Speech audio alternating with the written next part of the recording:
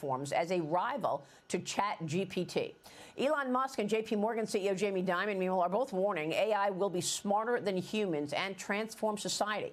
This is something I heard throughout from tech investors years ago on our special documentary on artificial intelligence. Joining me now is NetChoice Vice President and General Counsel and George Mason University Scalia Law School Professor of Internet Law, Carl Szabo. Carl, good to see you. Thanks so much for being here. I know you have a new Fox News op-ed, and you say that we need to incorporate AI in our schools in order to compete with China. What's your outlook on AI in the U.S. and your reaction to what we're hearing this morning? Yeah, thanks for having me on. So they're absolutely right about one thing, that AI is going to be transformative, is here to stay, and is making lives better today. But as I point out over at foxnews.com, the fact that the U.S. has a huge skills gap going on right now. You are seeing AI listings up about 41% for job openings, yet we don't have the people to fill those jobs.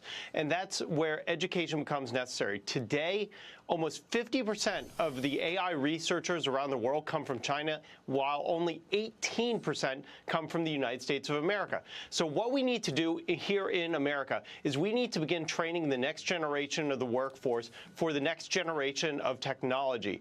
And that starts with our schools. That starts with our education systems. And that starts with a heavy focus on AI integration into education. Because at the end of the day, AI is here to stay. And the question is not whether it's going to go away tomorrow, but it's whether the United States is going to be an AI maker, or is the U.S. going to be a technology taker from the rest of the world. So we got to catch up to China, and we got to educate our next generation. Well, I mean, it certainly feels like China is taking these issues much more seriously than the U.S. I mean, just look at TikTok, look at our social media. You've got our kids swallowing Tide detergent, doing these crazy games, and you've got the equivalent to TikTok in China talking about educational things, engineering, and, not games. So, I mean, clearly China is making this a priority, and the U.S. has yet to do so.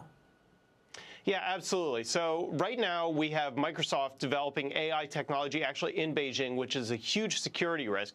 Simultaneously, China has developed something called an AI program, which is literally scanning the research and work of thousands of developers and scientists across the world to create the best AI system. So we need to innovate, we need to outcompete, and we need to outdevelop China so that the United States can continue to be the world leader.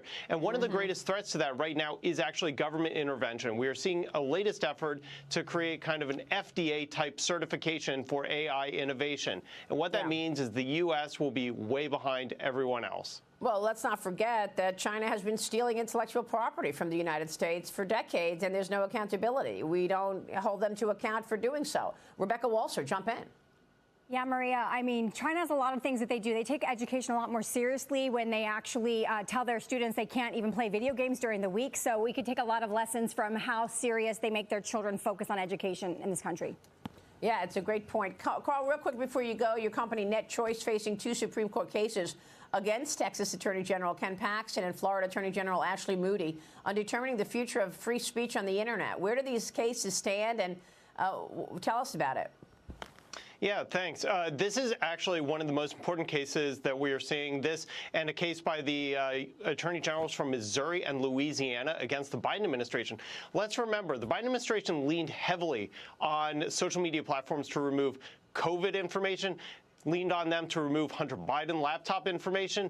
And what NetChoice is fighting for across the board is that no government, no state government, no federal government, nobody can tell us what we can read, see, say, or speak on the internet. The free speech, the First Amendment, holds true on social media, just as it does for newspapers and TV broadcasters. All right, we will leave it there. Carl, great to see you. Thanks very much. Carl Szabo joining us this morning. We'll see you soon, sir.